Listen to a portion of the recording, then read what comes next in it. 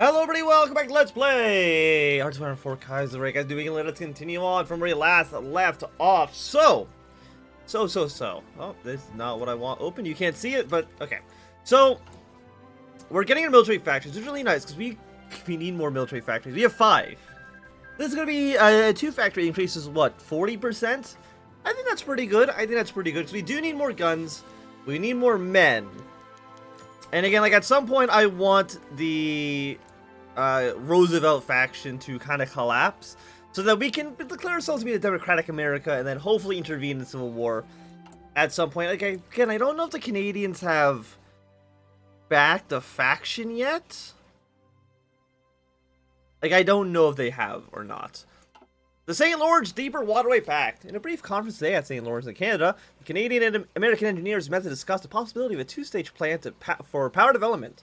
President Joseph Martin Jr. met with the Canadian Prime Minister to discuss the planned industrial project outlined by the American members of the Joint Board of Engineers in 1926, hoping to foster goodwill and tension between the nations. Project plans to construct a proposed dam on Barnard Island, with one power plant being built near Mensah, New York on the American side, and another power plant being built on Cornwall on the Canadian side. While plans have indeed been drawn up, it's unknown as to when construction on the dam will officially begin. The meeting's successful conclusion and friendly atmosphere, however, has solidified relations between our two nations, and there's no doubt that the future will see greater cooperation between American and Canadian nations. Well, you love to see it. Okay, do I want to get any more of you to deal with more of our black money? And you're mostly just one military factory. Well. We're taking that one immediately. And Volkill Industries narrowly holds on. Over the last several months, many current and former workers along the Hudson River came together to pitch in their earnings and save the company collectively. Despite the scarcity of the Great Depression still ravaging the country, these men owe much of their success to the quartet of women who helped start the company. Stemming from her work in the 1920s as part of the Women's Trade Union League, widow of late Frank Roosevelt, Anna Eleanor Roosevelt, created a small factory to provide supplementary income for local farming families. Mary Ann Dickerman, Nancy Cook, Carolyn O'Day, and other contacts from the Democratic Party in New York helped finance the project as the Roosevelt's estate. Volkill Industries hoped to capitalize on the popularity of the colonial revival by creating items such as furniture, pewter, and homespun clothes using 18th century methods. With Nancy Cook's failing health and the lingering effects of the Great Depression still being felt throughout New England, Eleanor made the hard decision to close the factory. Spurred to fight for the kindness bestowed upon them, the workers of Van Kiel sent letters and petitions to Dutchess County government officials pleading for funding of the business. As part of the second Swear Deal projects approved following the outbreak of the Second American Civil War. So you get 1% support for social democracy. You are the progressives. I don't believe they can get elected, but I'm not too sure.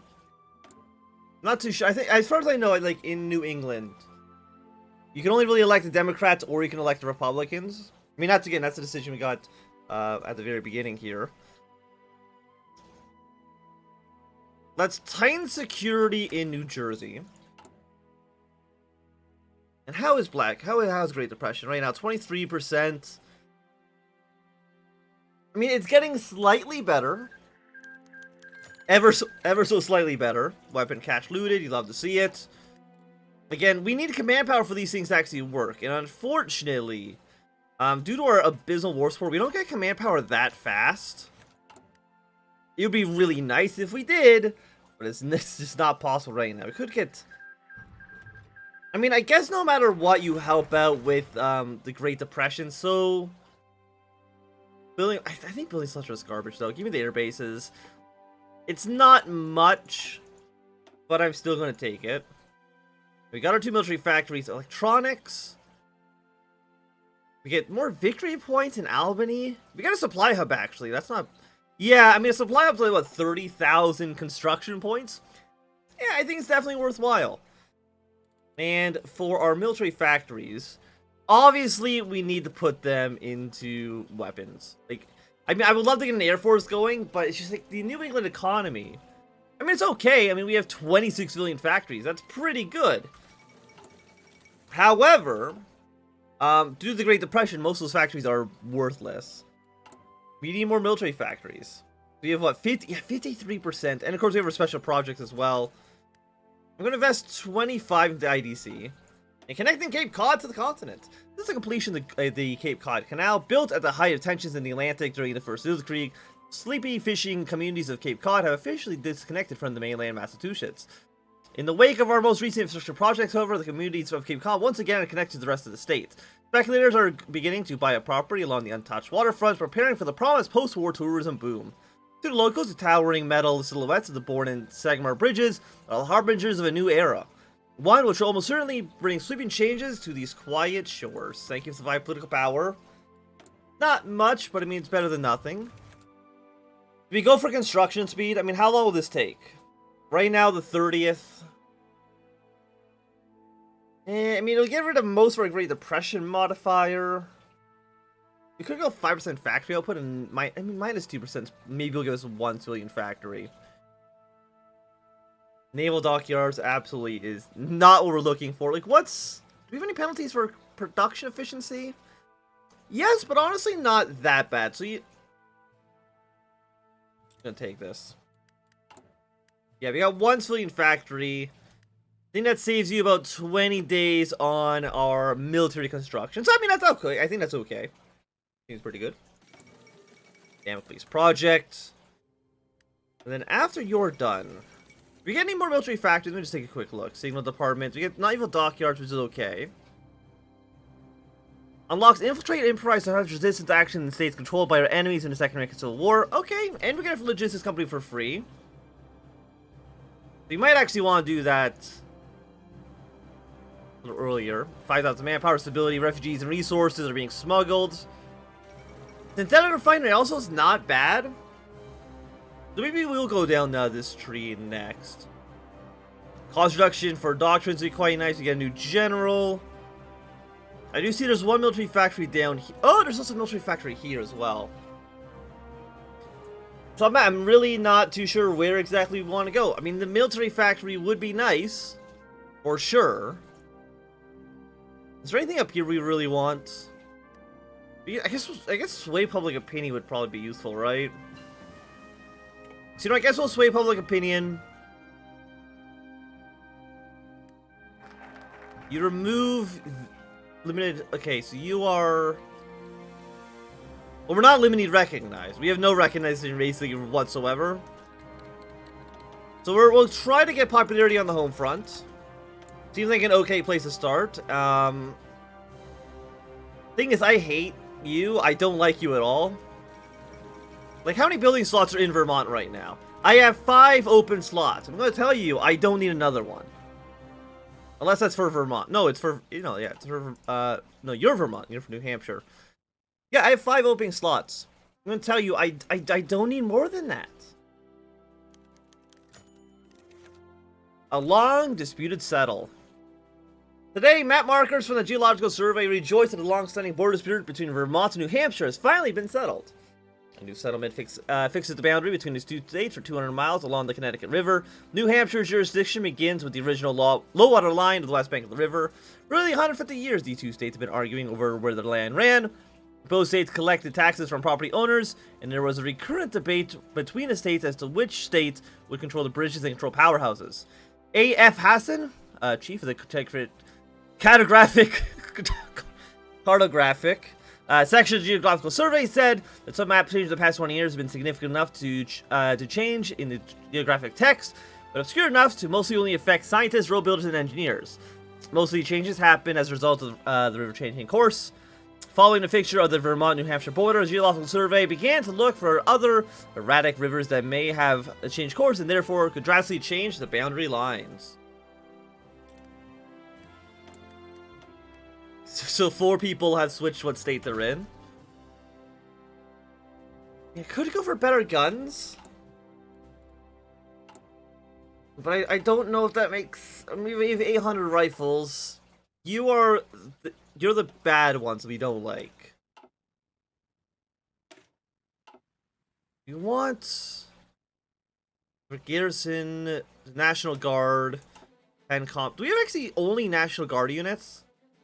Yes, we do. So let's make some infantry division 2. Let's go like 5 of you for now. Again, just on 1. We are making artillery. You're missing now 4,000 rifles, but that's okay. Technology. I don't think we want it yet. I mean, actually, how much more expensive is it? 0.5 versus 0.58. I believe we do... No, we don't have it. If we were to get the reduction cost by 10%, maybe we would take it, but I don't think right now is the best time. You're way too expensive. We don't have any air forces right now. I really have no idea what to actually research. So maybe I will just take the, No, because... No. The reason we don't want to take it right now is because I'm pretty sure the companies... They're not retroactive. I think we need to research the 1942 rifle to get the 10% production cost on the guns. I'm pretty sure, at least. Okay, we have some more units. Again, all of you will basically just deploy into Blue Army.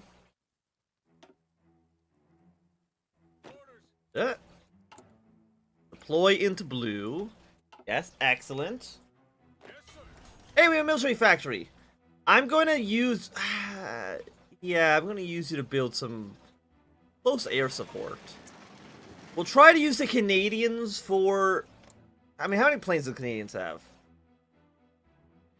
They have 220 fighters. Yeah, we're going to use you for... We're going to use the Canadians for air support.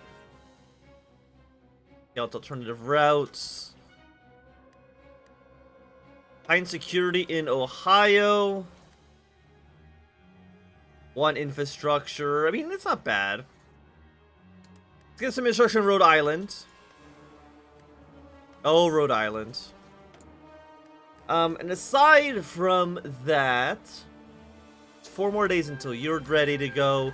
Another weapon cache. I'm very happy to see the weapon cache is on our side, for sure. I mean, your stability and war support. Actually, you might be a 7.5% stability upgrade, so no, we're actually going to go Victory Gardens next. No, we do have limited recognition. But I guess we could get more political power, but political power honestly is okay. 1.35 while getting a focus is pretty good, so I'm okay with that.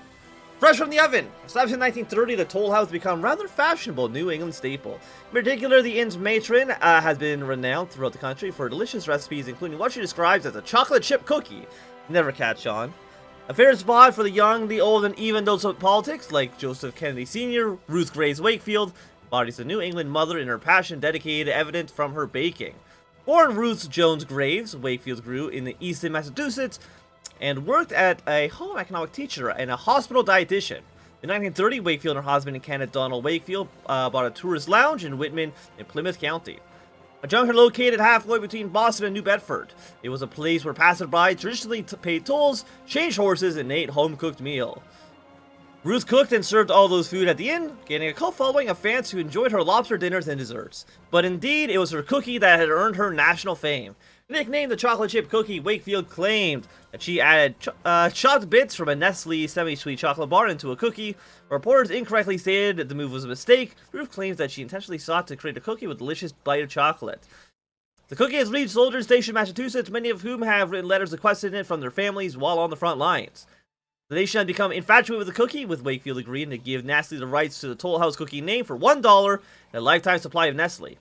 Indeed, they have become a national favorite, enjoyed by the Americans, young and old. I'm going to tell you right now, Wakefield, you got screwed over in that deal. You could have gotten a lot more than a single dollar.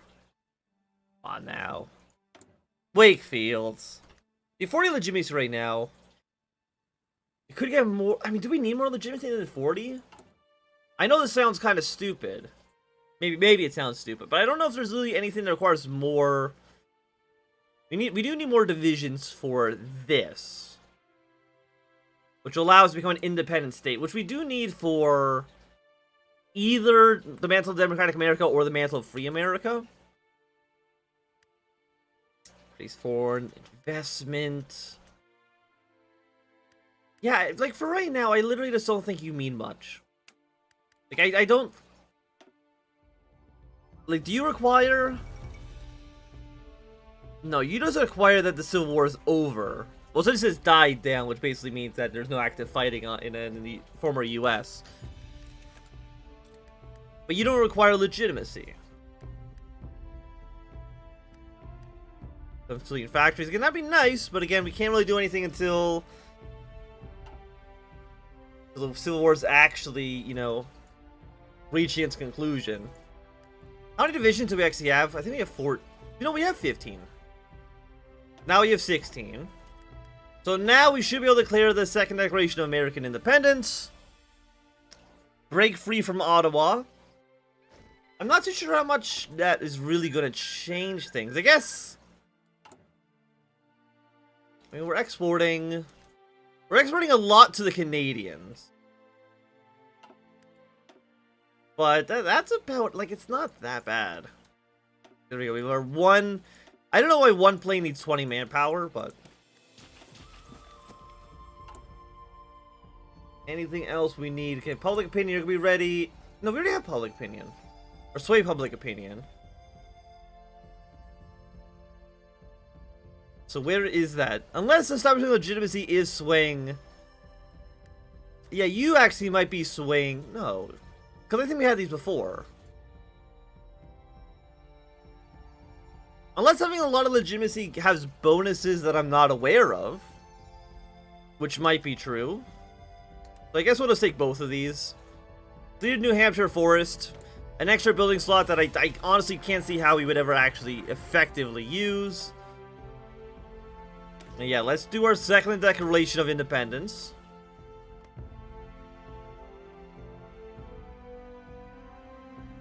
Yeah, the Canadians looks like they're leaving our territory. Happy to see that. Is there anything else we're really waiting on? Not really. It's like, yeah, we have one plane right now. We have 7 command power. We're gaining 0.4 per day. No, we're getting 0.25. Which I mean isn't the worst. I don't know if there's anything we can actually smuggle in right now.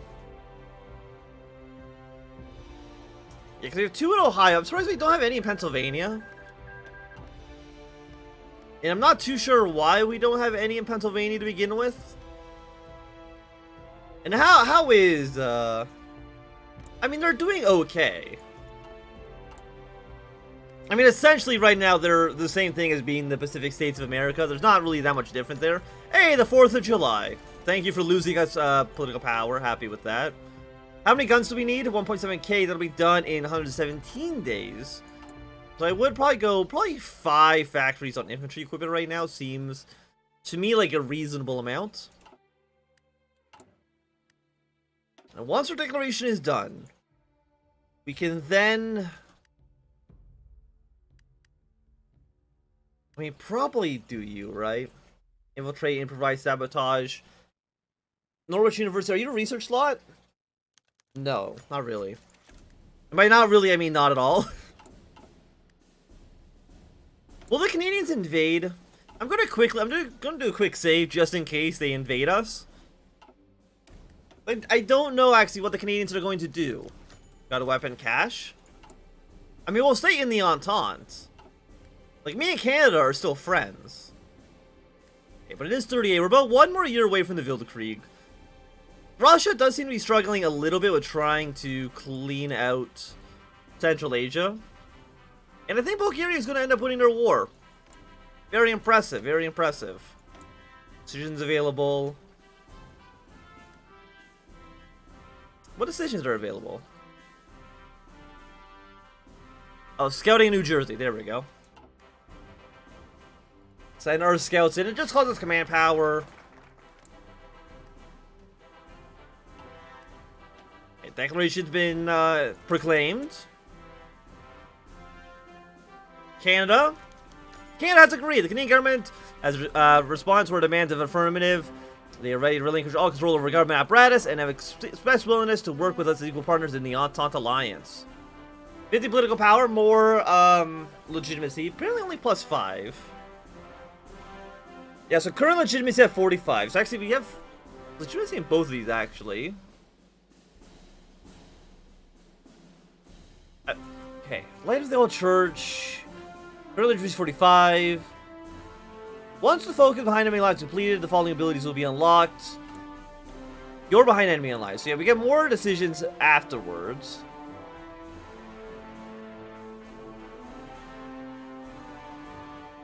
So maybe legitimacy helps us with this?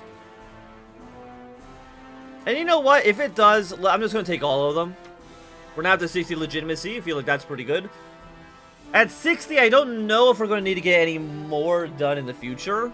And Russia's at war with Finland. They're actually just opening front lines everywhere, huh? But I do think, at least for right now, this is going to be a good time for us to end this episode. Thank you for watching. My name is Anthem. If you enjoyed, my thumbs up. Not enjoyed, thumbs down. You're more to subscribe, and goodbye.